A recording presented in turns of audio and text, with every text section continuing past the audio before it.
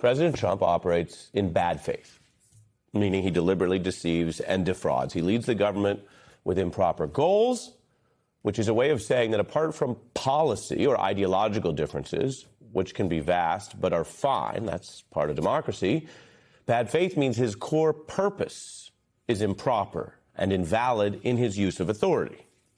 Stay with me because I'm going somewhere. We also start tonight by saying that Trump demands public officials funded by your tax dollars, he demands they misuse their power and their roles to manipulate the government and its functions. And that ranges from the executive branch agencies, which he is supposed to lead, but not in bad faith, to the judicial branch's courts, which he is supposed to follow their rulings under our constitutional system. Now, there's evidence for the conclusions I just said to you. There are Trump's efforts to steal an election, which got him indicted repeatedly, although never put on trial before his reelection ended those cases, and he was legally presumed innocent, but that's a type of evidence.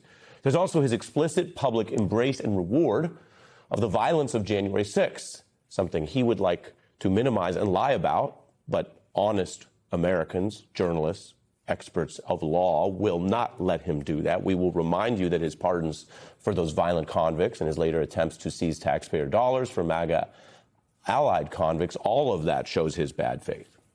And that failed bid to take that money is actually back in the news tonight because the reason I started with this is that each point that I just stated is not just a general summary, not an opinion, not a view or an accusation of bad faith by one person against another. And you could say, well, everybody's got opinions and views about politics. What I just told you, and what I'm going to show you in more detail, is actually the new binding finding of an independent judge that rebukes how Trump's lawyers operated in bad faith for Donald Trump to try to manipulate the government in his now paused, frozen sort of DOA bid to seize that money for criminals. Now, you might remember this project was in the news a lot because it was so brazen that Trump found there was Republican opposition. He had his aides ultimately claiming they would back down from his MAGA convict fund. The news tonight in that fund that was already, as I mentioned, kind of falling apart is that a judge has now ruled to void the entire effort by Trump to take that over $1 billion from the IRS and get this sort of legal power grab. This is a huge blow to that. The judge finding that the case they used to try to make this happen was brought to manipulate the judicial process, meaning it was not some valid effort to say, hey, maybe we should do this and then judges rule, but it was actually, like other things Trump has done, a wider bad faith manipulation of the courts and his access to them. This is a federal judge in Florida. The ruling, as a matter of what's happening, blocks what was already this frozen fund and also now blocks Trump's plot to try to extend some sort of tax immunity and audit protection to himself. And that's not all. The judge referring Trump's lawyers to the bar for possible discipline, which is a big deal. Now, the order that I was kind of summarizing at the top here tonight, it finds that Trump's side acted in bad faith in a matter brought for improper purpose, an attempt to use the court to provide some legitimacy to an agreement to confer immunity to people affiliated with Trump and to take billions of dollars from American taxpayers. This is a big deal. This is a judicial finding that, as I mentioned, reinforces what you might already know. You might say, okay, I'm watching the news. I know Trump's lying. I know he acts in bad faith. That's kind of his thing. But this is a judge finding this in a way that has real repercussions, especially for the people around Trump and MAGA who thought they could continue to use these devices, what the judge calls manipulation, or seizing funds, to try to arm up a potential future militia force, which is not rhetoric. That's kind of what happened with the Proud Boys and others who were convicted of sedition for Jan 6. The judge calling out this corruption, it's something that, as I mentioned, was already on the rocks because leaders in both parties, as soon as this brazen deal was announced, started sounding alarms. This is a corrupt deal.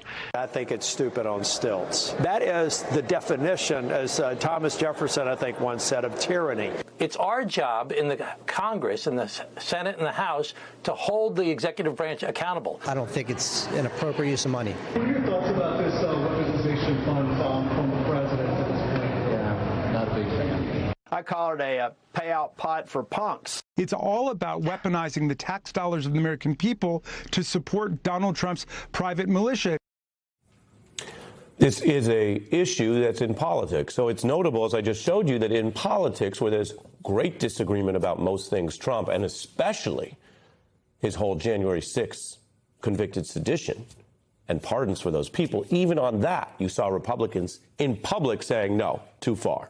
Imagine what they were telling the White House in private. So the whole thing was questionable.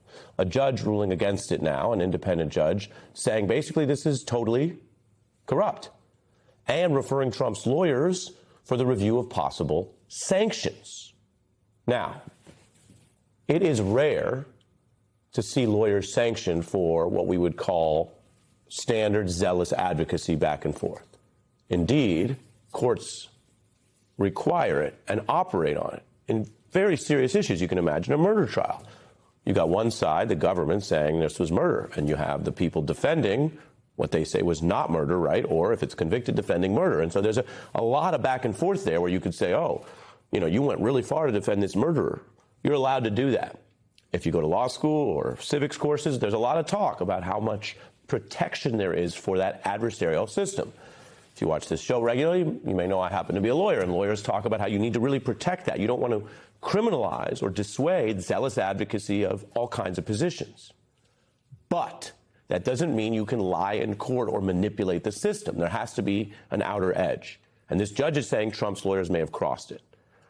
As for Trump's DOJ, the government itself, the judge notes, their conduct is equally untenable. The DOJ, tasked with enforcing U.S. law, has remained absent and silent from this case, which, the judge is saying, perverts the enforcement of law. This rebuke comes as the embattled acting AG, Todd Blanche, who was trying to sell this now pretty much aborted fund, heads into a confirmation hearing this very week. Blanche spearheaded the settlement and was quite dodgy even when it was under attack about backing off it because, as I told you, the judge said it's untenable, the Republicans said it's a no-go, and yet he still was dodgy in backing off. We are not moving forward with the fund, period. Not moving forward ever? Correct. Oh, there's no more fund then. Is there any way that you could put this in writing? I'm not committing to putting anything in writing. I'm going to say it today over and over again. Blanche fighting an uphill battle. He also has ethics complaints. He's lost this fund that he was hatching, and any good lawyer or status, sort of strategic person will tell you, you don't want headlines like this. And why do something that costs a lot, gets you criticized, if it also loses, meaning even by the narrow standard of serving Trump, he lost. As for his reputation, well, he's already lost that. He's got an unprecedented number of DOJ vets arguing against his stewardship of DOJ and promotion to be permanent attorney general because of the bad faith I'm telling you about. This is different than saying you never liked Trump or you disagreed with his ideas or you even find him loathsome, as an increasing share of Americans do. He's got the lowest approval of any second-term president since we've been measuring. This goes to something deeper, the corruption, the rot, and the bad faith as adjudicated by an independent judge, as we continue to figure out what America's going to do with someone who, if the courts didn't stop him, would be stealing your taxpayer dollars and handing it to convicts, like some sort of reversed case doomsday scenario of how to subvert law and order and make the country literally less safe.